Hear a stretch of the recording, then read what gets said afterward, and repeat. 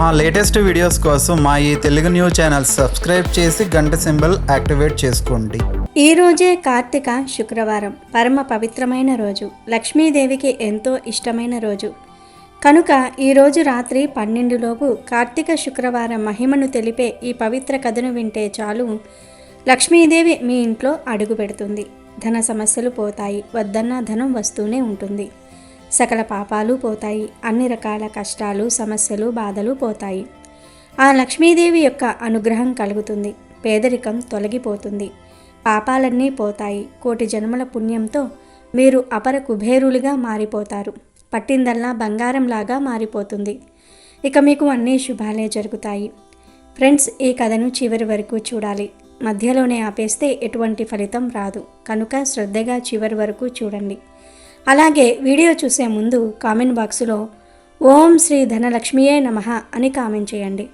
ఈ వీడియోకి ఒక లైక్ కొట్టి మా ఛానల్ని కూడా సబ్స్క్రైబ్ చేసుకొని మాకు సపోర్ట్ చేయండి.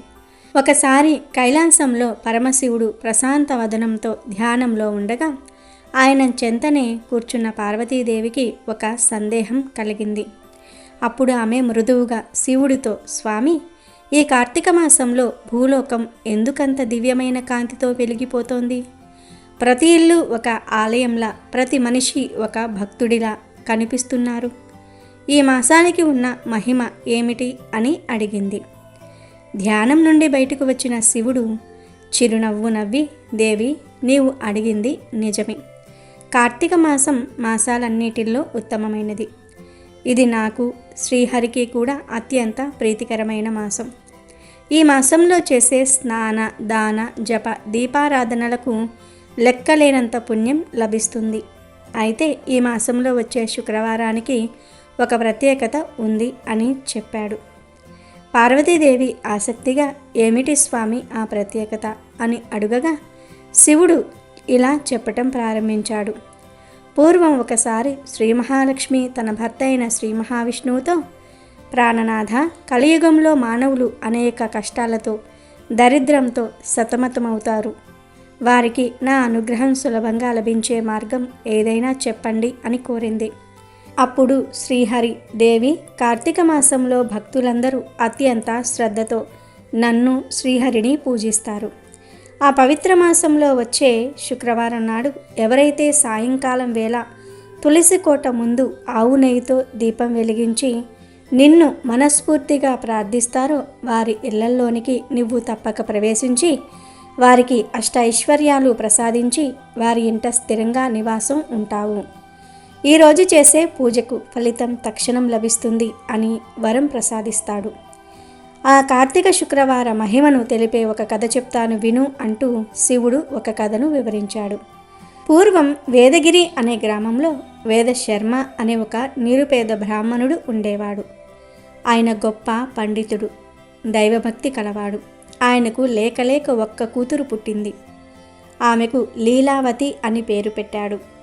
లీలావతి అపురూప సౌందర్యవతి, కానీ ఆమెకు అంతే గర్వం, మొండితనం కూడా ఉండేవి. తండ్రి మాటను ఏమాత్రం లక్ష్య పెట్టేది కాదు. వేదశర్మ ప్రతి కార్తీక శుక్రవారం నాడు, అమ్మా లీలా, ఈరోజు అత్యంత పవిత్రమైనది. సాయంత్రం తులసికోట దగ్గర దీపం పెట్టి లక్ష్మీదేవిని పూజించు. మన ఇంట్లో ఉన్న దరిద్రం తొలగిపోయి నీకు మంచి భర్త లభిస్తాడు అని ప్రేమగా చెప్పేవాడు. కానీ లీలావతి, నాన్న, ఈ పాతకాలపు ఆచారాలు నాకెందుకు? దీపం పెడితే దరిద్రం పోతుందా? కష్టపడితేనే డబ్బు వస్తుంది. నా అందానికి రాజకుమారుడి లాంటి భర్త వస్తాడు. ఈ దీపాలతో కాదు అని ఎగతాళిగా మాట్లాడేది. కూతురి ప్రవర్తనకు వేదశర్మ ఎంతగానో బాధపడేవాడు. కాలం గడిచింది. లీలావతికి యుక్త వయసు వచ్చింది. వేదశర్మ తన కూతురి మొండితనం భరించలేక ఒక మంచి కుటుంబానికి చెందిన శ్రీనివాసుడు అనే యువకుడికి ఇచ్చి వివాహం చేసి అత్తగారింటికి పంపించాడు. అత్తవారింట్లోనైనా బుద్ధి తెచ్చుకొని బాగుపడుతుందిలే అని ఆశపడ్డాడు. లీలావతి అత్తవారింటికి వెళ్ళిన కొత్తలో కొన్ని రోజుల పాటు చాలా బాగా వినయంగా నటించింది. ఆమె అందానికి, నటనకు అత్తమామలు, భర్త మురిసిపోయారు. మా ఇంటికి శ్రీ మహాలక్ష్మి వచ్చింది అని సంతోషించారు. కానీ పులి చారలు పోతాయా? కొద్ది రోజులకే లీలావతి అసలు స్వరూపం బయటపడింది. పొద్దుపోయే వరకు నిద్రపోవటం, అత్తగారు వండి పెడితే తినటం, అలంకరించుకుని కూర్చోవటం ఆమె దినచర్యగా మారింది. ఇంటి పనులలో ఏమాత్రం సహాయం చేసేది కాదు. కార్తీక మాసం వచ్చింది. దాంతో అత్తగారు లీలావతి దగ్గరకు వచ్చి, అమ్మ, ఈరోజు కార్తీక శుక్రవారం, తులసికోట దగ్గర దీపం పెట్టు, లక్ష్మీదేవికి ఇష్టం అని చెప్పింది.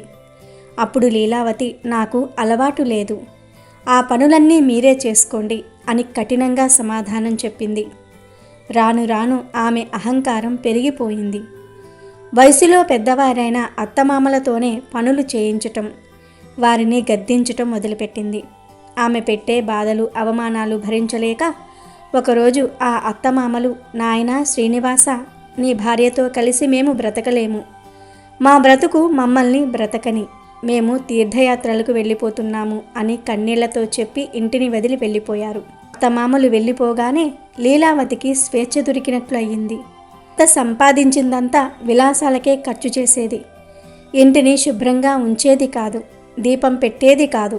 ఎక్కడైతే పెద్దలకు గౌరవం ఉండదో, ఎక్కడైతే శుభ్రత దీపారాధన ఉండవో అక్కడ లక్ష్మీదేవి నిలవదు కదా. వారి ఇంట్లో ఉన్న సిరి సంపదలు నెమ్మదిగా కరిగిపోసాగాయి. శ్రీనివాసుడి వ్యాపారంలో భారీ నష్టాలు వచ్చాయి.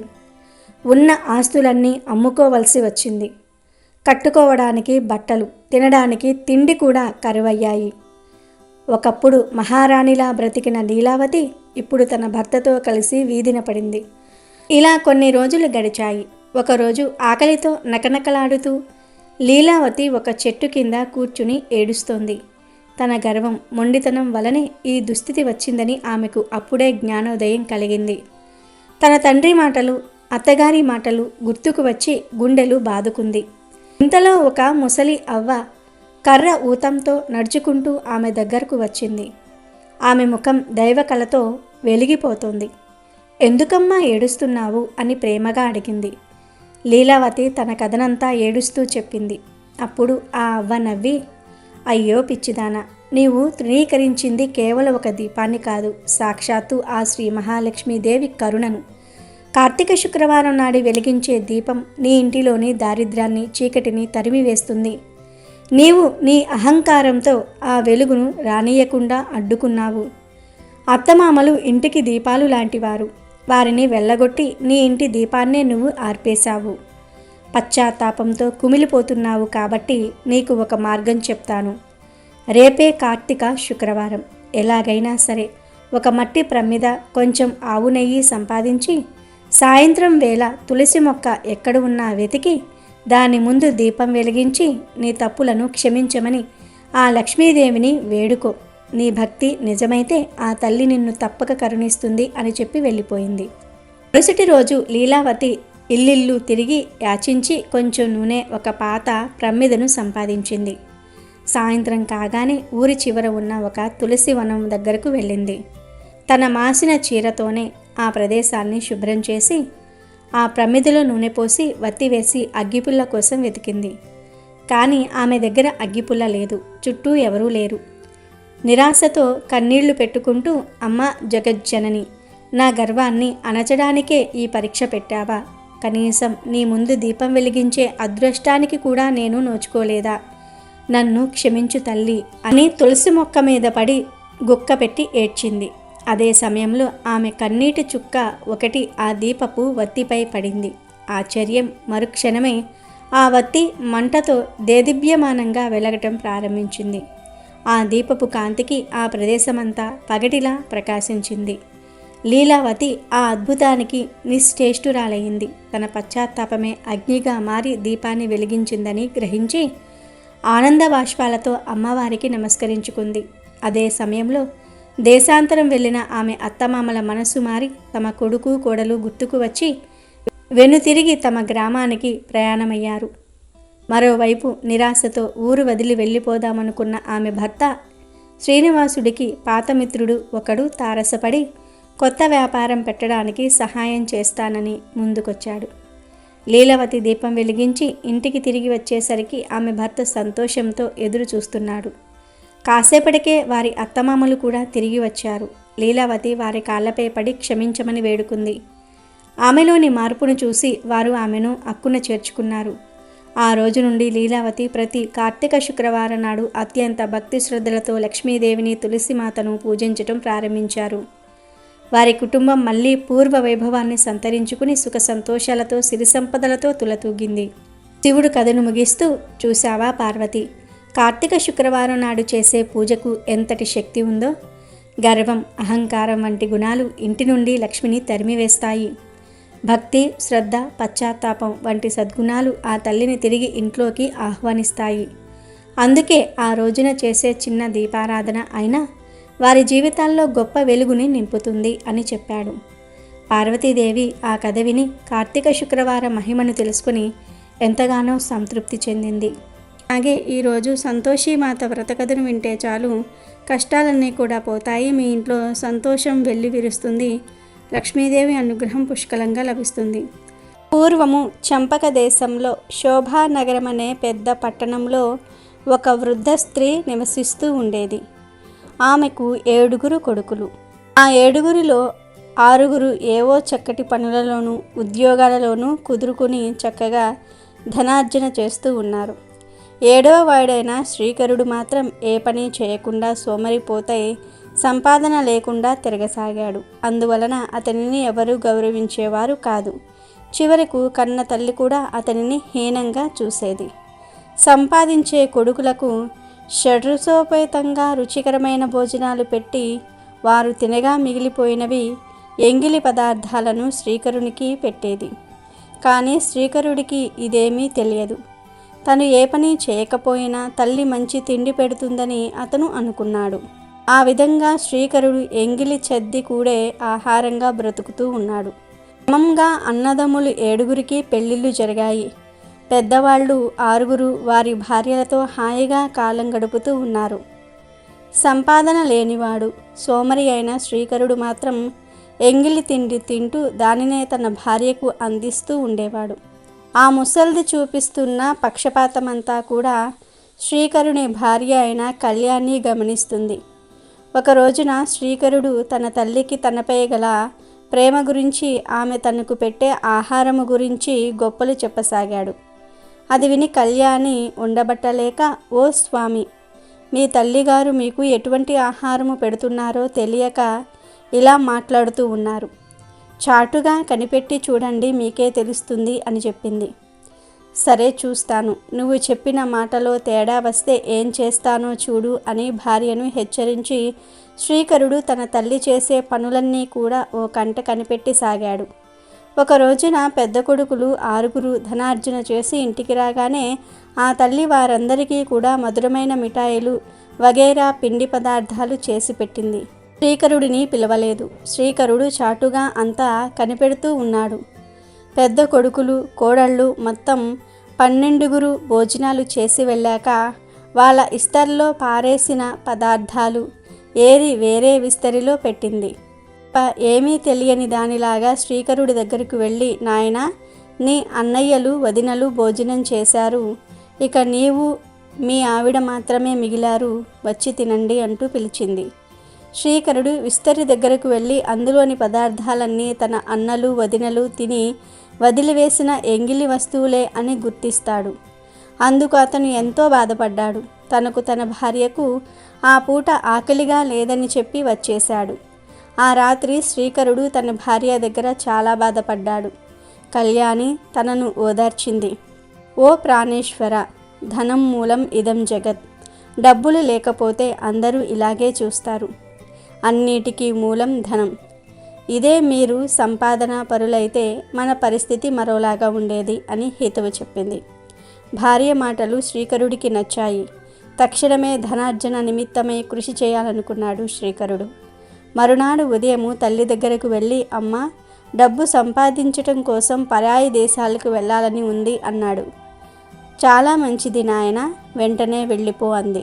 శ్రీకరుడు మరలా భార్య దగ్గరకు వచ్చాడు. అప్పుడు ఆమె పిడకలు చేయడానికి పెరట్లో పేడ నలుపుతోంది. నేను వచ్చేదాకా నువ్వు ఇక్కడే జాగ్రత్తగా కాలం గడుపుకో అని చెప్పి తన చేతికి ఉన్న ఉంగరము ఆమె చేతికిచ్చి, నా గుర్తుగా ఇది నీ దగ్గర ఉంచు అని చెప్పి, మరి నీ గుర్తుగా ఏమైనా ఇవ్వవా అని అడిగాడు. అందుకు కళ్యాణి, ఓ ప్రాణనాథ, మీకు ఇచ్చేందుకు నా దగ్గర ఏమీ లేదు.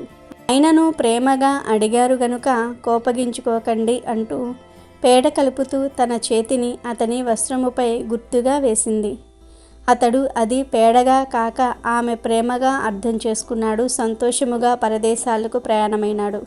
కాలకతడు పరాయి దేశము చేరు అందుక పట్టణమునకు వెళ్ళి ఒక వ్యాపారిని కలిసి తనకేదైనా ఉద్యోగం ఇప్పించమని ప్రాధేయపడ్డాడు. అప్పుడు ఆ వ్యాపారి మనసు కరిగి, జాగ్రత్తగా ఉండవలెను సుమా అని హెచ్చరించి శ్రీకరునకు తన వద్ద ఉద్యోగము ఇచ్చాడు. శ్రీకరుడు ఉద్యోగములో చేరి ఎంతో నమ్మకముగా పనిచేయసాగాడు. అతని పనితనమునకు విశ్వాస పాత్రతకు మెచ్చుకునే ఆ వ్యాపారి శ్రీకరునకు తన వ్యాపారంలో కొంచెము వాటా కూడా ఇచ్చాడు.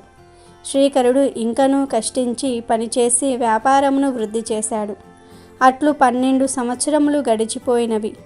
వ్యాపారి ముసలివాడైపోయెను. అందువలన తన వాటా ధనం మాత్రం తాను తీసుకొని తక్కిన వ్యాపారమంతయు శ్రీకరునికే అప్పగించి అతడు విశ్రాంతి తీసుకొనసాగెను. దాంతో శ్రీకరుడు స్వతంత్ర వ్యాపారస్తుడయ్యాడు. అమితమైన ధనవంతుడై సుఖముగా కాలము గడపసాగెను. అచట అత్తగారింటి వద్దనున్న కళ్యాణికి నానాటికి బాధలు పెరిగిపోసాగాను. అత్తగారు ఆమెను అనేక విధములుగా కష్టములు పెట్టుచూ ఉండెను. ఇంటి పని అంతయు చేయించుకొని కనీసము కొద్దిగా అన్నము కూడా పెట్టడం లేదు. అందువలన కళ్యాణి అడవికి పోయి కట్టెలు ఏరి అవి అమ్ముకొని వచ్చిన దానితో జీవనాధారము గడుపుచూ ఉండెను. ధనార్జనకై వెళ్ళిన భర్త ఎప్పుడు వస్తాడా, తన కష్టములు ఎప్పుడు తీరుతాయా అని ఆమె ఎంతయో ఎదురు చూడసాగింది. ఇట్లుండగా ఒకనాడు కళ్యాణి కట్టెలు కట్టుకొని తలపై పెట్టుకొని వస్తూ ఉండగా మధ్యలో ఆమెకు దాహము వేసినది. ఎరువ గ్రామము వచ్చి వరకు ఓపికతో నడిచినది. ఆ గ్రామములోనికి రాగానే ఒకరి ఇంటికి వెళ్ళి మంచినీళ్లు అడగబోయినది. ఆ సమయంలో ఆ ఇంటివారు సంతోషీమాత వ్రతము చేసుకొనుచూ ఉన్నారు. ఆ వ్రతమును చూచుచూ ఆమె దాహము మాటే మరిచిపోయెను. ఆ పూజ మొత్తము పూర్తయిన తర్వాత చివరిలో కథను విని ప్రసాదము తీసుకున్నది. తనకు కూడా ఆ వ్రతము చేయవలనని కోరిక ఉన్నదని చెప్పినది. ఆ వ్రత విధానము అంతయు కూడా వారిని అడిగి తెలుసుకున్నది. అప్పుడు ఆ ఇల్లాలు కళ్యాణిని చూసి, ఓ సౌభాగ్యవతి, ఇది సంతోషీమాత వ్రతము. దీనిని ప్రతి శుక్రవారము నాడు శ్రద్ధాభక్తులతో చేయవలెను. ఇలా 40 శుక్రవారములు వ్రతము చేసి 41వ శుక్రవారము నాడు ఉద్యాపనము చేసుకున్నట్లయితే ఆ అమ్మవారి అనుగ్రహము వలన కోరిన కోరికలన్నీ కూడా తీరి నిత్య సంతోషులుగా జీవించగలుగుతారు. ఈ వ్రతము చేసేవారు శుక్రవారం నాడు పులుపు పదార్థమును మాత్రం తినరాదు అంటూ నియమాలను, ఉద్యాపన విధానమును తెలిపినది. కళ్యాణి ఆ విషయములన్నిటినీ కూడా పూర్తిగా అర్థము చేసుకుని మనసులోనే అమ్మవారికి నమస్కరించి కట్టెలు అమ్ముకోవడానికి బయలుదేరినది. మార్గం మధ్యలో ఒక భాగ్యవంతురాలైన స్త్రీ పిలిచి ఆ కట్టెల మోపును కొనుక్కొని ఆమెకు కొంత ధనము అందించింది. అది చూసిన కళ్యాణి ఎంతో సంతోషముతో అదే రోజు సంతోషీమాత పూజ జరుపుకుని నిర్ణయించుకొని ఆ ధనముతో అమ్మవారికి కావలసిన పూజా ద్రవ్యములను తీసుకొని బయలుదేరినది. మార్గమధ్యలో ఆమెకు ఒక దేవాలయము కనిపించినది. అక్కడ ఉన్నవారిని ఆ దేవాలయము ఏ దైవానిది అని అడుగగా అక్కడి వారు అది సంతోషీమాత దేవాలయమని బదులు ఇచ్చిరి. వెంటనే కళ్యాణి అమితమైన సంతోషముతో ఆ గుడిలోనికి వెళ్ళి అమ్మవారిని దర్శనం చేసుకొని అనేక విధములుగా అమ్మవారిని ప్రార్థించి తాను తెచ్చిన పదార్థములన్నీ కూడా అమ్మవారికి నివేదన గావించి ప్రసాదము తీసుకుని ఇంటికి వెళ్ళినది. అది మొదలు ఆమె ఎంతో నియమంగా ప్రతి శుక్రవారము నాడు సంతోషీమాతను పూజించుచు వ్రత నియమములను తూచా తప్పకుండా పాటిస్తూ కాలము గడపసాగినది. ఇలా కొన్ని రోజులు గడపగా ఒక శుక్రవారము రాత్రి సంతోషీమాత కళ్యాణికి కలలో కనిపించి, అమ్మాయి, ఇదిగో నీ భర్త చిరునామా అంటూ ఒక చీటీని వదిలి వెళ్ళింది.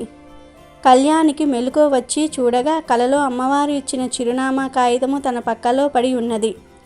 ఆ అమ్మవారి దయకు, మహత్యమునకు ఎంతగానో సంతోషించి ఆ చిరునామాలో ఉన్న విధముగానే తన భర్తకు ఉత్తరము రాసినది. ఇట్లు కళ్యాణి ఉత్తరము రాసిన అనతి కాలంలోనే శ్రీకరుని వద్ద నుండి ఆమెకు కొంచెము ధనము ఉత్తరము వచ్చినవి. భర్త నుండి ఉత్తరము వచ్చుటతోనే తన కష్టములు తీరినవని కళ్యాణి ఎంతగానో ఆనందించినది. ఇది ఇట్లు ఉండగా తన కోడలకు కళ్యాణికి ఎక్కడి నుండియో డబ్బులు ఉత్తరములు వచ్చుచూ ఉన్నవని సంగతి అత్తగారి పసిగట్టి ఆ విషయమును తన పెద్ద కోడలితో కూడబలుక్కొని అవి ఎచ్చటి నుండి వచ్చుచున్నవో ఆరా తీయమని పిల్లలను పంపినారు.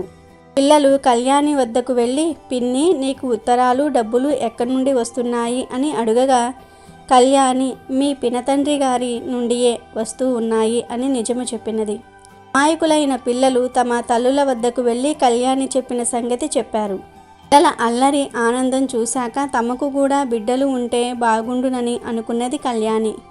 ఒకనాడు గుడికి వెళ్ళి అమ్మవారి దర్శనము చేసుకొని, నన్ను కటిక దరిద్రము నుండి తప్పించినావు, నీ దయ వల్ల సుఖముగానే ఉన్నాను, కానీ స్త్రీకి మాతృత్వమే కదా ప్రధానమైనది, కానీ నాకు పిల్లలు లేరు, కావున తల్లి నన్ను నా భర్త చెంతకు చేర్చు, నా కాపురం నిలబెట్టు, నాకు కడుపు పండేలాగా చెయ్యి తల్లి అని మరీ ప్రార్థించింది.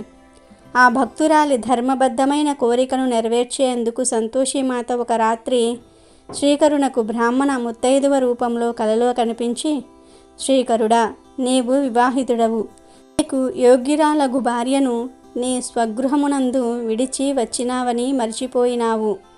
ధన సంపాదన ఒక్కటే జీవితముగా కాలము గడుపుచూ ఉంటివి. ఇట్లైనచో పెండ్లి ఎలా చేసుకుంటివి? నీ చెంతనే ఉండాలని, చిలక గోరింకవలే కాపురం చేసుకోవాలనని ఆ పిల్లకు మాత్రము కోరిక ఉంటుందా ఉండదా? కావున నీవు వెంటనే నీ స్వగృహమునకు ప్రయాణము కమ్ము, ఆమెను కూడి సుఖముగా సంసారము చేసుకొనుము. నేను చెప్పినట్లు చేయక నా మాటను తృణీకరిస్తే నా ఆగ్రహమునకు గురి అయ్యుదవు సుమా అని హెచ్చరించింది. దానితో శ్రీకరుడు ఉలిక్కిపడి నిద్ర లేవగానే కలలో కనిపించినదెవరో దేవత అని భావించి చేతులు జోడించి అమ్మవారిని ప్రార్థించి, తల్లి, అన్నీ తెలిసిన అమ్మవు, నా కష్టములు మాత్రము ఎరుగవా తల్లి? ఈ వ్యాపారంలో ఏర్పడిన ఇబ్బందుల వలన ఇంతకాలము కాలు కదపలేకపోతూ ఉన్నాను. నా మీద దయ ఉంచి నా చిక్కులు ఎంత త్వరగా తొలగిస్తే అంత త్వరగా నేను నా గ్రామమునకు బయలుదేరుతాను. భారము నీదే అమ్మ అని మొక్కుకున్నాడు. అతని మొరవిన్న తల్లి అతనిని కరుణించింది. ఆమె అనుగ్రహము వలన వ్యాపారంలో ఏర్పడిన ఇబ్బందులన్నీ కూడా ఇట్టే తొలగిపోయాయి. కావలసిన సొమ్మంతా చేతికి వచ్చేసింది. ఆ ధనమంతా మూట కట్టుకుని అమ్మవారికి నమస్కరించుకొని తన భార్య వద్దకు ప్రయాణమైనాడు శ్రీకరుడు. ఇక్కడ శ్రీకరుడు బయలుదేరగానే అమ్మవారు కళ్యాణికి కలలో కనిపించి, అమ్మాయి, నీ భర్త నీ కోసం బయలుదేరాడు. సరిగ్గా నీ భర్త వచ్చే రోజున నువ్వు నీ కట్టెల మోపును 3 భాగములుగా చేసి, ఒకటి నదీ తీరమున, మరి ఒకటి నా గుడిలో పెట్టు.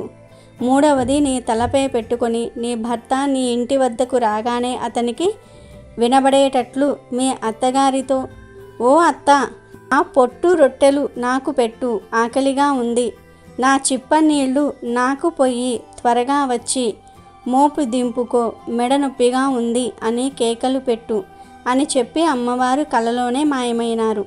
శ్రీకరుడు ఊరికి వచ్చాడు. శ్రీకరుడు నదీ తీరంలో దిగేసరికి చాలా చలిగా ఉంది. ఆ చలిలో భార్య గుర్తుకు వచ్చింది.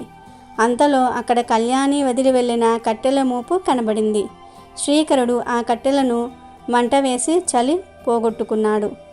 అక్కడ నుండి తన పట్టణమునకు బయలుదేరినాడు. మార్గం మధ్యలో అతనికి ఆకలి వేసింది. చెరువులో సంతోషిమాత గుడి కనిపించింది. అక్కడ కళ్యాణి వదిలి వెళ్ళిన 2వ కట్టెల మోపు కనిపించింది. శ్రీకరుడు సంతోషించి ఆ కట్టెలతో వంట చేసి భోజనం చేశాడు. అంతసేపు విశ్రాంతి తీసుకుని ఇంటికి బయలుదేరాడు. శ్రీకరుడు గుమ్మము వద్దకు వచ్చేసరికి కళ్యాణి కట్టెల మోపుతో వచ్చి అమ్మవారు చెప్పినట్లుగానే కేకలు పెట్టింది. శ్రీకరుడు ఆమెను గుర్తించాడు. ఆమె స్థితికి బాధపడ్డాడు. ఆమె మాటలను బట్టి తన తల్లి, అన్నలు, వదినలు కలిసి ఆమెను ఎంత కష్టపెడుతున్నారో కూడా అర్థం చేసుకున్నాడు. ఆమెను దగ్గరకు తీసుకొని కన్నీరు తుడిచి ఆమెను ఓదార్చాడు. కళ్యాణిని బాధలు పెట్టిన ఆ ఇంట్లో ఉండటము ఇష్టము లేక శ్రీకరుడు వేరే కొత్త ఇల్లు కొనుక్కున్నాడు. కళ్యాణి అతను అందులో కాపురం పెట్టినారు. ప్రతి శుక్రవారం నాడు సంతోషిమాత వ్రతం చేసుకుంటూ ఈ దంపతులు ఎంతో ఆనందంగా జీవించసాగారు. అంతలో అమ్మవారి వ్రతమునకు ఉద్యాపన చేయవలసిన సమయము వచ్చినది. ఆ ఉద్యాపన ఎంతో ఘనంగా చేయాలనుకుంది కళ్యాణి. అందువల్ల పాత గొడవలు విస్మరించి అత్తగారిని 6 తోడికోడలను కూడా ఉద్యాపనకు రమ్మని పిలిచింది. అయితే తోడికోడళ్లకు అత్తగారికి మాత్రం కళ్యాణి మీద కోపం పోలేదు. ఎలాగో అలా ఆమెను కష్టపెట్టాలనుకున్నారు. ఆమె చేసే వ్రతానికి భంగం కలిగించాలని నిర్ణయించుకున్నారు. అందుకోసమని వాళ్ళు నియమం తప్పి కళ్యాణికి తెలియకుండా చాటుగా పులుపు కలిపిన పదార్థాలను ఆమె చేసిన వంటల్లో కలిపినారు. అంతటితో కళ్యాణికి వ్రతభంగమయ్యింది. వ్రత నియమము విరుద్ధంగా ఆ ఇంట పులుపు తిన్నందువల్ల సంతోషీమాత ఆగ్రహించింది. ఆ కారణంగా శ్రీకరునిపై లేనిపోని అబంధాలు పడ్డాయి. రాజభటులు వచ్చి శ్రీకరుణ్ణి బంధించి తీసుకుని వెళ్ళారు. అప్పుడు కళ్యాణి సంతోషీమాత పాదాలపై పడి విలపించింది. తన భర్తను రక్షించమని ప్రార్థించింది. పరమ కరుణామయి అయిన ఆ తల్లి కళ్యాణి నిర్దోషి కనుక ఆమెను అనుగ్రహించింది. అందువల్ల శ్రీకరుడు బంధ విముక్తుడై ఇంటికి చేరాడు. తిరిగి ఆ దంపతులు ఆనందంగా కాపురం చేసుకోసాగారు. ఒకసారి కళ్యాణిని ఆ అమ్మవారు పరీక్షించదలచి పిచ్చగత్తె వలె మారువేషం ధరించి ఓ చేత్తో బెల్లము ఓ చేత్తో శనగలు తింటూ వెంట చొంగ కార్చుకుంటూ రాసాగింది. ఆమె నోటిపైన చేతులపైన ఈగలు ముసురుతూ ఉన్నాయి. వికృత రూపంలో ఆమె కళ్యాణి ఉన్న వీధికి వచ్చింది. వీధిలో పోయే పిల్లలు, ఆడుకునే పిల్లలు ఆమెను చూసి రాక్షసి దయ్యం అని కేకలు వేస్తూ రాళ్ళు రువ్వసాగారు. పిల్లలు ఆమె మీదకు విసిరిన రాళ్లన్నీ కూడా వెళ్ళి కళ్యాణి వాళ్ళ బావలకు తోడికోడళ్లకు తగలసాగాయి. దాంతో వాళ్ళు కంగారు పడి, అమ్మో ఇదెవరో మాయల మారిది, లేకుంటే దాని మీదకు విసిరిన రాళ్ళు మన మీద ఎందుకు పడతాయి, మనకెందుకు దెబ్బలు తగులుతాయి అని ఆలోచించి భయభ్రాంతులై వీధి తలుపులు మూసివేశారు. గమనించిన సంతోషీమాత ఆ ద్వారాలకేసి ఒక్కసారి చూసింది. ఒక్కసారిగా ప్రళయ మారుతంలాగా వచ్చిన గాలితో ఇంటి తలుపులు భల్లున తెరుచుకున్నాయి. ఇంటి మీద పెంకులు లేచిపోసాగాయి. ఇంట్లో వాళ్ళు ఆ గాలి విసురుకు సరిగ్గా నిలబడలేక అటూ ఇటూ తూలి పడిపోయారు. ఈ దృశ్యమంతా కూడా చూసిన కళ్యాణి వెంటనే అక్కడ బిచ్చగత్తె రూపంలో ఉన్న ఆవిడను పరీక్షగా చూసినది. ఆమె సంతోషీమాతయే అని అనిపించింది. వెంటనే కళ్యాణి ఆమె కాళ్లపై పడి, జగన్మాత, నువ్వు నా ఆరాధ్య దైవమైన సంతోషీమాతవే, అమాయకురాలైన నా బంధువులను రక్షించు, నా పరువును కాపాడు తల్లి అంటూ సవినయముగా ప్రార్థించటంతో అమ్మవారు శాంతించి చిరునవ్వుతో అదృశ్యమైనది. ఇంత జరిగినా కూడా కళ్యాణి తోడికోడళ్లకు అమ్మవారి మీద నమ్మకము కలగలేదు. అలా శ్రీకరుణ్ణి కళ్యాణిని సర్వనాశనము చేయాలనే ఆలోచన మానుకోలేకపోయారు. చివరకు ఓ రోజున ప్రేమ నటించి పాలల్లో విషము కలిపి కళ్యాణికి ఇచ్చారు. అమాయకురాలైన కళ్యాణి తోడికోడళ్ళు ఇచ్చిన పాలను త్రాగుదాం అని అనుకుంది. అంతలో అమ్మవారి దయవలన శ్రీకరుడు కళ్యాణిని పిలిచాడు. అందువల్ల ఆమె పాలపాత్రను అక్కడే ఉంచి భర్త వద్దకు వెళ్ళింది. అదే సమయంలో అటుగా వచ్చిన శ్రీకరుడు అన్న కొడుకు ఆకలిగా ఉంది అని అక్కడ ఉన్న పాలన్నీ కూడా గబగబా తాగేశాడు. త్రాగిన వెంటనే ఆ పిల్లవాడు గావు కేకలు పెడుతూ వెంటనే నేలపై పడి చనిపోయాడు. పిల్లవాడి ఆర్తనాదాలు విని అతని తల్లి అక్కడకు వచ్చింది. కళ్యాణినే పాలల్లో విషము కలిపి తన కొడుకుకి ఇచ్చి చంపివేసింది అంటూ ఊరు వాడ వినబడేలాగా అరుస్తూ కొడుకు శవం మీద పడి ఏడవసాగింది. అది విని ప్రజలందరూ కూడా కళ్యాణి శ్రీకరులను నానా మాటలు అనసాగారు.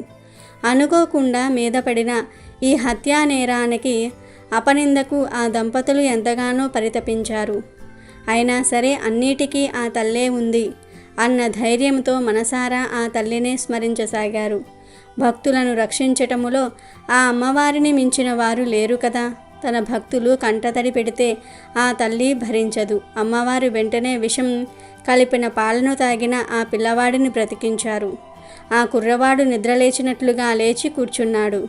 అంతా కలిసి కళ్యాణిని శ్రీకరుణ్ణి తిట్టటము విన్న ఆ పిల్లవాడు, అమ్మా, పిన్నిని బాబాయిని తిట్టకండి, ఆకలిగా ఉంది అని ఆ పాలను నేనే స్వయముగా త్రాగాను, అంతేగాని పిన్ని నాకు ఇవ్వలేదు అని చెప్పాడు. దానితో కళ్యాణి శ్రీకరులు నిర్దోషులని తెలిసిపోయింది. అయితే కళ్యాణి కోసం పెట్టిన పాలల్లో విషం ఎవరు కలిపారు అన్నది ఆలోచించారు. దానితో విషం కలిపిన తోడికోడలు తన రహస్యం దాగదని గుర్తించి తక్షణమే కళ్యాణి కాళ్ళ మీద పడి క్షమాపణ కోరుకుంటుంది. అప్పుడు కళ్యాణి తన తోడికోడలను క్షమించినది. నేను క్షమించినంత మాత్రం చేత ఏం లాభం, అంతా అమ్మవారి చలవే, వెళ్ళి ఆ సంతోషి మాతను క్షమాపణ వేడుకు అని చెప్తుంది.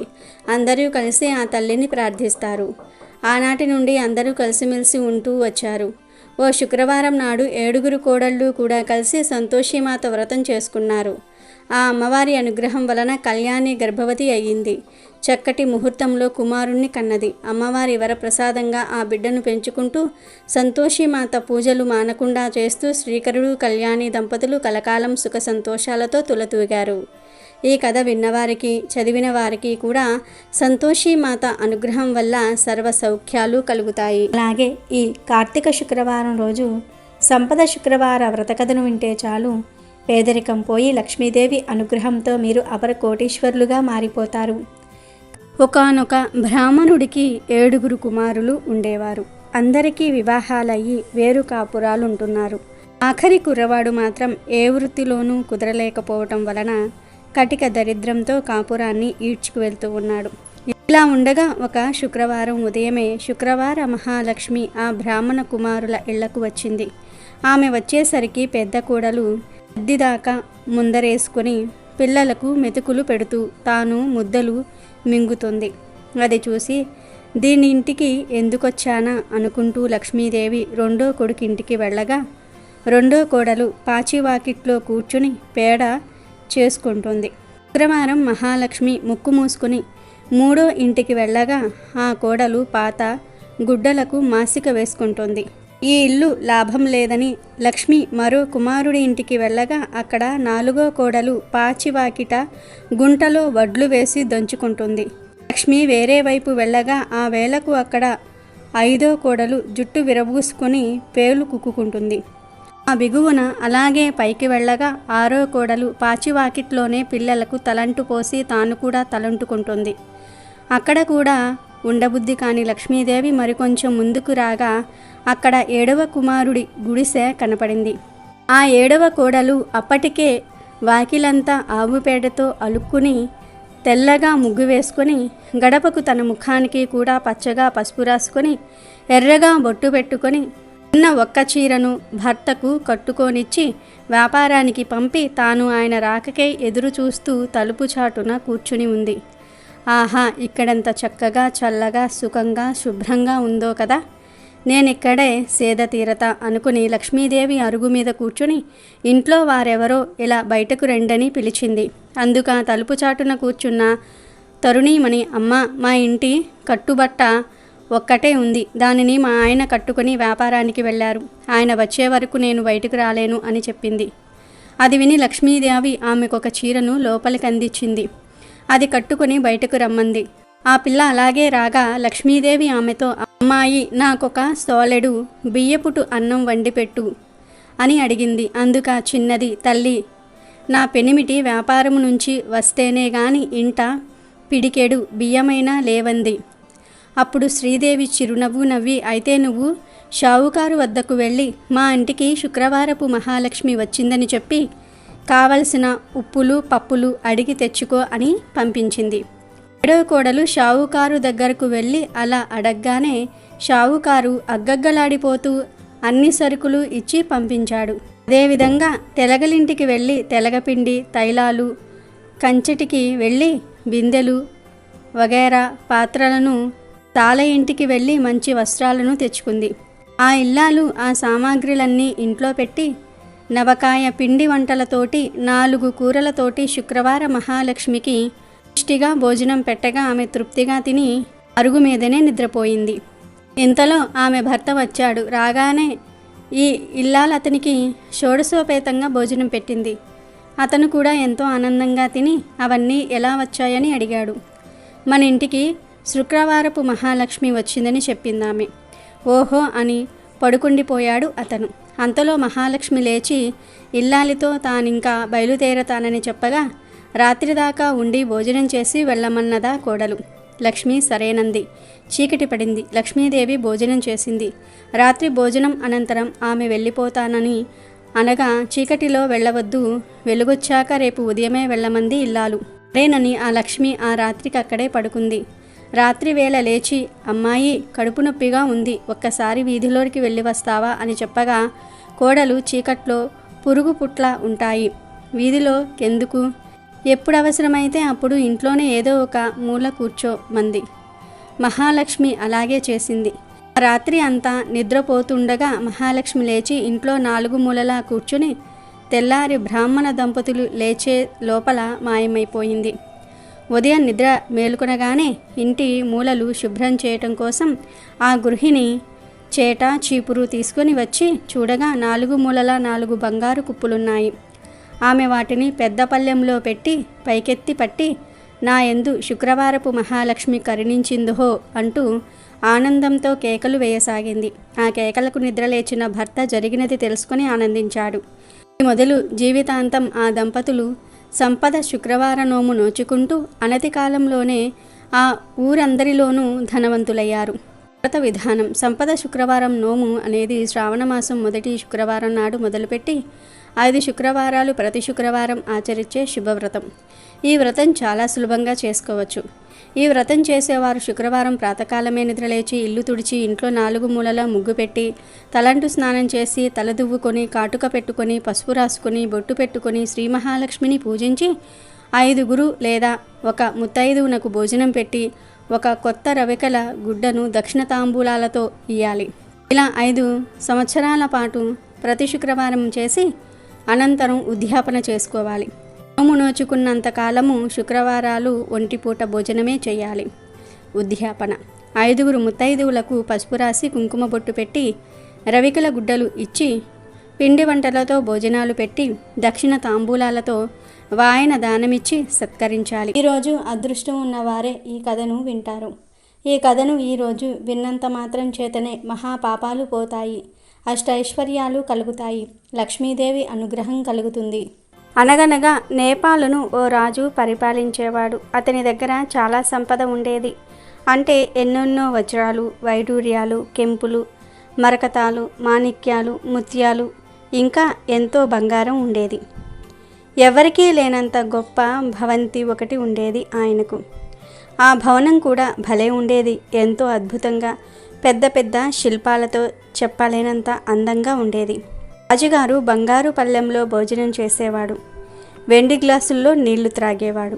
త్రాగేసి తన సంపద గురించి ఆలోచించుకునేవాడు. ఒక్కోసారి ఇంకా వేరే పనేమీ లేదంటే అట్లా నడుచుకుంటూ తన ఖజానాకు వెళ్ళేవాడు. ఖజానా అంటే సంపదను దాచుకునే గది. అందులో రాజుగారు తన దగ్గర ఉన్న ప్రత్యేకమైన వజ్రాలను, ముఖ్యమైన వైడూర్యాలను దాచుకునేవాడు. అవి కూడా ఎన్ని ఉండేవి అంటే వాటి రాసులతో గది అంతా నిండిపోయి ఉండేది. చిన్నపిల్లలు ఇసుకతో ఆడుకుంటున్నట్లుగా దగదగా మెరిసే ఆ వజ్రాలతోటి ఆడుకునేవాళ్ళు రాజుగారు. కెంపుల కుంపలో పాదాలు దాచుకుని వాటి మీద పగడాలను అమర్చి ఎంత అందంగా ఉన్నాయి ఇవి అని మురిసిపోయేవారు. అంతసేపు అట్లా ఆడి అలసిపోయి మరకతాల కుప్పను నెమిరి మంచంలాగా చేసుకుని వాటి మీద పడుకుని నిద్రపోయేవారు. ఖజానాలో అట్లా గడిచినంతసేపు రాజుగారికి సంతోషం ఇనుమడించేది. నేపాల్లో తనే గొప్ప రాజు అనిపించి మనసంతా ఉల్లాసంతో నిండిపోయేది. తను ఖజానాలో ఎంతసేపు గడిపితే అంతసేపు మొలక నవ్వులు రువ్వుతూ ఉండేది రాజుగారి ముఖం. బహుశా ప్రపంచంలోకెల్లా అత్యంత ధనికుడైన రాజును నేనే కావచ్చు అనే ఆలోచన వచ్చినప్పుడు ఆయనకు మరింత ఉల్లాసం కలిగేది. ఒక రోజున ఆయన రాజ్యానికి ఒక ఋషి వచ్చాడు. ఆయన మహాత్ముడని, జ్ఞాని అని అందరూ చెప్పుకుంటుంటే విన్నారు రాజుగారు. వినేసరికి నేను కూడా ఆయన ఆశీస్సులు అందుకోవాలి అనిపించింది ఆయనకు. వెంటనే బయలుదేరి ఋషి బస చేసిన తోటలోనికి వెళ్ళి ఆయన దర్శనం చేసుకున్నాడు. మా మందిరానికి వచ్చి కొన్నాళ్ళు ఉండండి, మమ్మల్ని ధన్యుణ్ణి చేయండి అని ప్రార్థించాడు. ఋషి సరేనని రాజుగారి భవనానికి బయలుదేరి వచ్చాడు. ఋషి గౌరవార్థం రాజుగారు ఆ రోజు సాయంత్రం గొప్ప విందును ఒకదాన్ని ఏర్పాటు చేశారు. ఋషి పక్కన కూర్చుని స్వయంగా వడ్డించారు. ఆయనకు తన సౌధాన్నంతా తిప్పి చూపించారు. తన రాణులు ఉండే చోటు, ఆయనకు బస ఏర్పాటు చేశారు. అంతా అయ్యాక ఏనాడు ఎవ్వరికీ దక్కనంత గౌరవం ఋషికి ఇవ్వాలనుకున్నారు. దాంతో రాజు ఋషితో, స్వామి, నా ఖజానాను చూపిస్తాను, మీకు రండి. మీరు అట్లాంటి సుందర దృశ్యాన్ని ఎన్నడూ చూసి ఉండరు. ఈ దేశంలో ఎవరి దగ్గర లేనన్ని విలువైన మణులు, మాణిక్యాలు నా దగ్గర ఉన్నాయి. ఎన్నంటే వాటి కుప్పలు ఖజానా పైకప్పును అంటుకుంటాయి. రండి చూద్దురు అని వెంట తీసుకుని వెళ్ళారు. రాజుగారు ఋషికి ఒక్కడికే ఈ అమూల్యమైన అవకాశం ఇచ్చింది. ఇంతవరకు రాజుగారు తప్ప మనిషన్న వాడెవ్వడూ అస్సలు ఖజానాలోనికి అడుగే పెట్టి ఉండలేదు. రాజుగారు చాలా ఉత్సాహంగా ఉన్నారు. నా ఖజానాన్ని చూసి ఋషి ఆశ్చర్యపోతాడు, అదిరిపోతాడు. అసలు బహుశా ఈ సంతోషంలో ఆయన నాకు ఏవో చక్కని వరాలు, ఆశీర్వాదాలు కూడా ఇవ్వవచ్చు, లేదా దేశాన్ని చక్కగా పాలించటంలో మెలకువలు ఏమైనా ఒకటి రెండు చెప్పి వెళ్ళవచ్చు అనుకుంటూ తన ఖజానా తలుపులు తెరిచారు. 2 చేతులు బారజాపి ఋషిని లోనికి ఆహ్వానించారు. రండి మహర్షి, చూడండి, కళ్ళు మిరుమిట్లు గొలిపే ఈ సంపదను చూడండి. కప్పునంటే ఈ పగడాల కొండలు చూశారా, ఎంత ముద్దుగా ఉన్నాయో, ఇవి ప్రత్యేకంగా విదేశాల నుండి తెప్పించిన రత్నాలు అంటూ కొద్దిసేపు మైమరిచిపోయారు. ఋషి చకచకా ఖజానా అంతా కలియతిరిగి చూశాడు. అప్పుడు ఋషి పెదవి విరుస్తూ, ఇంతేనా నీ సంపద అన్నాడు. ఆ మాట విన్న రాజుగారు నివ్వెరపోయారు. ఇంతింత విలువైన రాళ్ళు మీ కళ్ళ ముందు ఉంటే మీకు సంతోషము, ఆశ్చర్యము వేయట్లేదా స్వామి, అట్లా అంటున్నారు అన్నారు. దానికి ఋషి నవ్వాడు. క్షమించాలి రాజా, కానీ నాకు ఈ రాళ్ల కంటే విలువైన రాళ్ళు తెలుసు. వాటి విలువతో పోలిస్తే ఇవి అస్సలు రాళ్ళు కూడా కావు అన్నాడు. అప్పుడు ఆశ్చర్యపోవటం రాజుగారి వంతు అయ్యింది. ఆయనకు కొంచెం కోపం కూడా వచ్చింది. తన దగ్గర ఉన్న వాటికంటే విలువైన రాళ్ళు వేరే ఎవరి దగ్గర ఉండి ఉంటాయి అన్నది ఆయన ఊహకే అందని విషయం.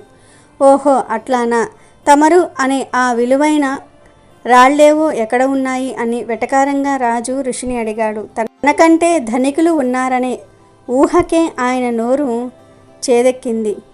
రేపు ఉదయాన్నే చూపిస్తాను మీకు, ఇప్పటికా నిద్రపోవలసిన సమయం అయింది కదా అంటూ ఖజానాలోంచి నేరుగా పడకవైపుకు దారి తీశాడు ఋషి. ఆ రోజు రాత్రి పరుపు మీద అటు ఇటు ఎంత దొర్లిన రాజుగారికి ఇక నిద్ర పట్టలేదు. అసలు నాకంటే ఎక్కువ విలువైన రాళ్లను ఎవరైనా ఎట్లా సంపాదించి ఉంటారు అని ఒకటే మదన పడ్డాడు. ఋషి నిజమే చెప్తున్నాడంటావా, రేపు నిజంగానే చూపిస్తాడంటావా? ఆ రాళ్లను అన్న ఆలోచనతో రాత్రంతా కునుకు లేదు రాజుకు. ఎంతకీ తెల్లవారలేదు కూడా. చివరికి తెల్లవారింది. రాజు తెల్లవారుజామునే ఋషి దగ్గరకు వెళ్ళి, పదండి మరి, త్వరగా తయారవ్వండి, మనం వెంటనే వెళ్ళి చూద్దాం ఆ రాళ్లను అన్నాడు. ఋషి నవ్వాడు. అంతకంటే విలువైన రాళ్ల గురించి విన్న తర్వాత రాజుగారిలో ఎంత మార్పు, ఎంత ఆత్రపడుతున్నాడు వాటిని చూడాలని అని అనుకున్నాడు. ఋషి రాజుగారిని ఆయన భవంతిలోంచి బయటికి నడిపించాడు. ఇద్దరూ సన్నని ఓ బాట గుండా నడుచుకొని దగ్గరలో ఉన్న గ్రామోన్నొక దాన్ని చేరుకున్నారు. రాజుగారి ఆత్రం మరింత ఎక్కువైంది. ఈ పల్లెటూర్లలోన నా దగ్గర ఉన్న మనుల కంటే విలువైన రాళ్ళు ఉన్నాయా అనుకుంటూ అనుమానిస్తూనే నడుస్తూ ఉన్నారు. అక్కడ ఓ ఇంటి వాకిట్లో ఒక ఆవిడ కూర్చుని ఉన్నది. తిరగలిలో ధాన్యం విసురుతున్నది. ఆవిడ ప్రక్కగా నిలబడ్డారు ఋషి. అప్పుడు ఋషి రాజుతో, అవిగో చూడండి, ఆ రాళ్లతో ఆవిడ ధాన్యం విసురుతోంది, చూశారా అని గుసగుస అన్నాడు.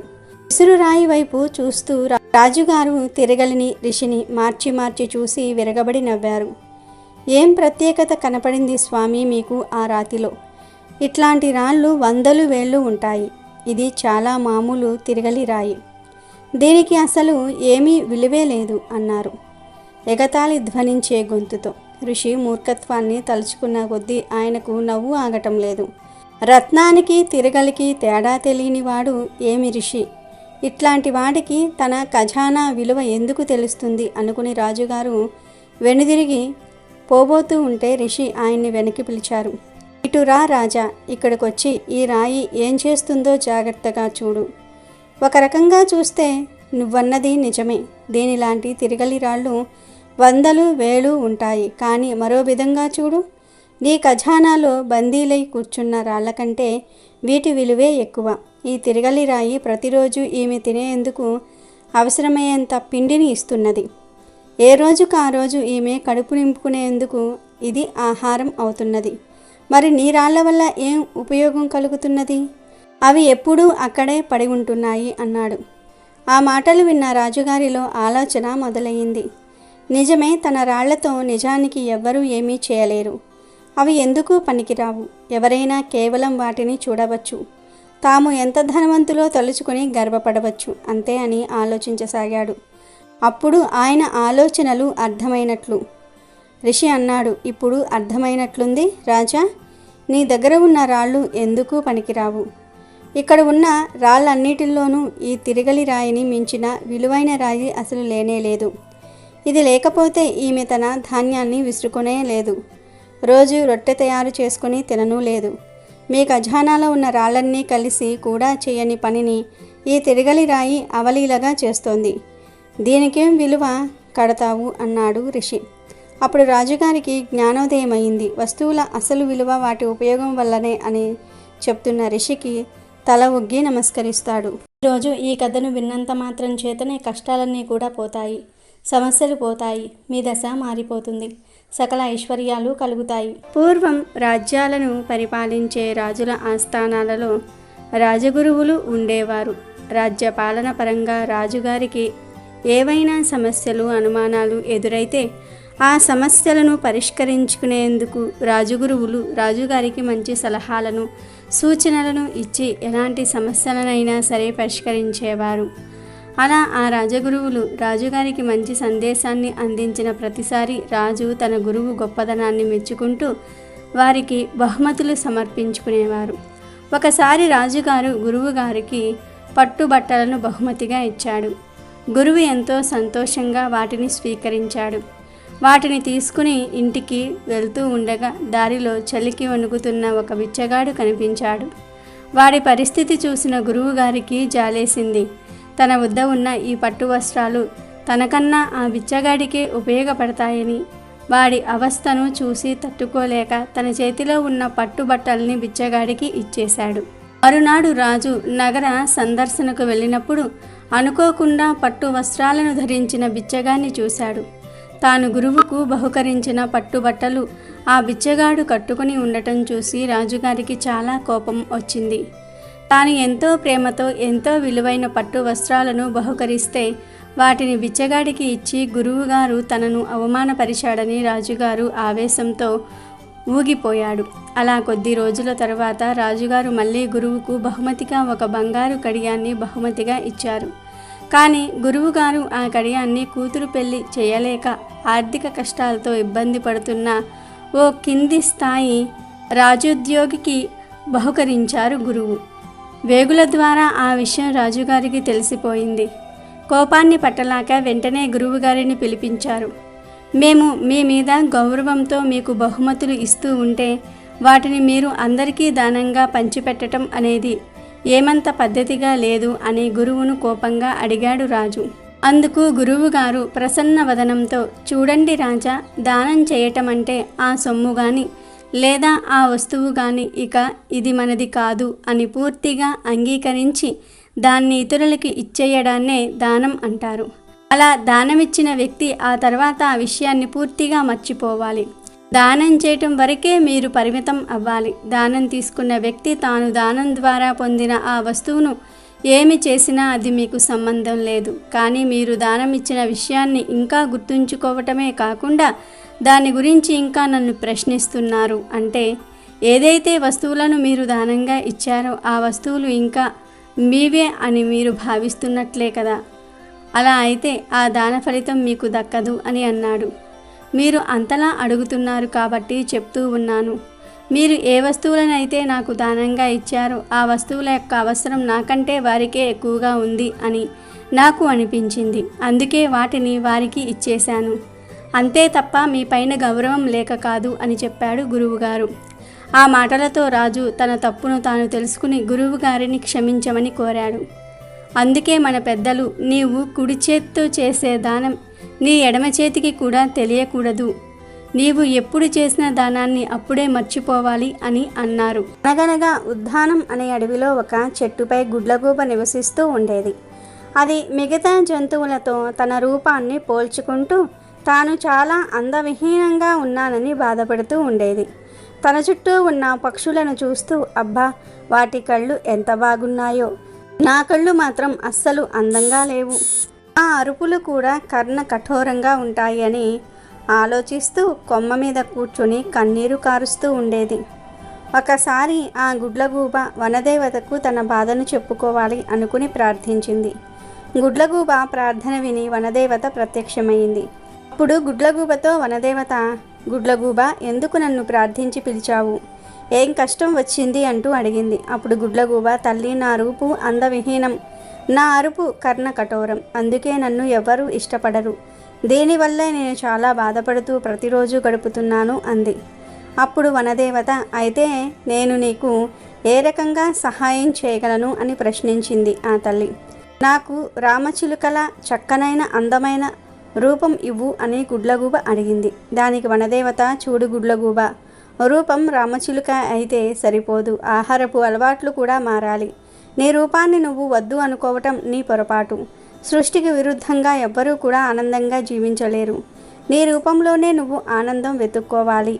కానీ నువ్వు నన్ను ప్రార్థించి అడుగుతున్నావు కాబట్టి నీకు 10 రోజులు గడువు ఇస్తాను. ఈలోపు నువ్వు రామచిలుకల ఆహారపు అలవాట్లను నేర్చుకోవాలి. అప్పుడే నీకు రామచిలుక రూపం ప్రసాదిస్తాను అని వనదేవత గుడ్లగూబతో అని అదృశ్యమైంది. గుడ్లగూబ చాలా సంతోషించి రామచిలుకల్లా పండ్లు, కాయలు తినడానికి ప్రయత్నాలు చేసింది. నిరంతరం మాంసాహారిగా ఉన్న గుడ్లగూబ కాయలు, పండ్లు తినలేకపోయింది. రామచిలుక ఆహారపు అలవాట్లు తన వల్ల కాదని నిశ్చయించుకుని వనదేవతను మళ్ళీ ప్రార్థించింది. వనదేవత వచ్చి, ఇంకా 10 రోజులు కాలేదు కదా, అప్పుడే పిలిచావు ఎందుకు అని అడిగింది. దానికి ఆ గుడ్లగూబ, రామచిలుకలా నేను కాయలు, పండ్లు తిని బ్రతకలేను, మాంసాహారం లేకుండా ఉండలేను. నాకు రామచిలుక రూపం వద్దు, కనీసం కోకిల గొంతైనా నాకు ఇవ్వు దేవత అని అడిగింది. వనదేవత గుడ్లగూబ కోరికను మన్నించి కోకిల గొంతును ప్రసాదించింది. గుడ్లగూబ ఉబ్బి తబ్బిబ్బైపోయింది. చెట్టు మీద కూర్చొని కోకిల గొంతుతో గుడ్లగూబ అరవటం మొదలుపెట్టింది. గుడ్లగూబ కోకిల గొంతుతో అరుస్తూ ఉండటంతో పక్షులన్నిటికీ చాలా చిరాకు అనిపించింది. దాంతో పక్షులన్నీ గుడ్లగూబ దగ్గరకు వచ్చి ఎగతాళిగా నవ్వటం మొదలుపెట్టాయి. గుడ్లగూబ మనస్సు చిన్నబోయింది. మళ్ళీ వనదేవతను పిలిచింది. వనదేవత ప్రత్యక్షమైంది. ఏమైంది, మళ్ళీ పిలిచావు అంటూ అడిగింది. అప్పుడు గుడ్లగూబ కోకిల గొంతుతో నేను అరుస్తూ ఉంటే ఈ పక్షులన్నీ నన్ను ఎగతాళి చేస్తూ ఉన్నాయి అంది. నాకు ఈ కోకిల గొంతు వద్దు, నెమలిలా అందమైన పించాలు ఇవ్వు అంటూ అడిగింది. వనదేవత చిరునవ్వుతో అలాగే అంటూ అదృశ్యమైంది. గుడ్లగూబ ఈకలు నెమలి పించాల్లాగా మారిపోయాయి. గుడ్లగూబ తన రూపాన్ని చూసి చాలా మురిసిపోయింది. తన రూపాన్ని అందరికీ చూపించాలని గాలిలో ఎగరడానికి ప్రయత్నించింది. కానీ నెమలి పించాలు బరువు వల్ల ఎగరలేకపోయింది. అయ్యో, నేను గాలిలో ఎగరలేకపోతున్నాను, దీనికి కారణం నెమలి పించాలే కదా. వనదేవత చెప్తూ ఉన్నా వినకుండా నా రూపం అందవిహీనంగా ఉందని భావిస్తూ నా అరుపులు కర్ణ కఠోరంగా ఉన్నాయి అని అనుకుని నన్ను నేనే చిన్నచూపు చూసుకొని ప్రకృతి ప్రసాదించిన రూపాన్ని వద్దనుకున్నాను. నాకు జ్ఞానోదయమైంది. ప్రతి జీవి మనుగడ సాగించడానికి వీలుగా దేవుడు వాటి రూపాలు నిర్ణయించాడు అని మనసులో అనుకుంది. వనదేవతను పిలిచి, నన్ను క్షమించు తల్లి, నాకు జ్ఞానోదయమైంది, నాకు ఏ రూపము వద్దు, నా స్వీయ రూపమే ముద్దు, నన్ను నన్నులాగానే తిరిగి చెయ్యి అంటూ ప్రార్థించింది. వనదేవత సరే అని అదృశ్యమైంది. గుడ్లగూబ తిరిగి వచ్చిన తన రూపాన్ని చూసి మురిసిపోయింది. అప్పటి నుంచి ఆనందంగా జీవించడం మొదలుపెట్టింది. కాబట్టి ఈరోజు రాత్రి 12 లోపు ఈ కథలు వింటే చాలు, లక్ష్మీదేవి మీ ఇంట్లో అడుగు పెడుతుంది. ధన సమస్యలు పోతాయి. వద్దన్న ధనం వస్తూనే ఉంటుంది. సకల పాపాలు పోతాయి. అన్ని రకాల కష్టాలు, సమస్యలు, బాధలు పోతాయి. ఆ లక్ష్మీదేవి యొక్క అనుగ్రహం కలుగుతుంది. పేదరికం తొలగిపోతుంది. పాపాలన్నీ కూడా పోతాయి. కోటి జన్మల పుణ్యంతో మీరు అపర కుబేరులుగా మారిపోతారు. పట్టిందల్లా బంగారంలాగా మారిపోతుంది. ఇక మీకు అన్ని శుభాలే జరుగుతాయి. అమెజాన్లో బెస్ట్ డిస్కౌంట్స్ కోసం వీడియో డిస్క్రిప్షన్లో లింకు ఉంది, చూడండి. అలాగే మా టెలిగ్రామ్ ఛానల్ సబ్స్క్రైబ్ చేసుకోండి.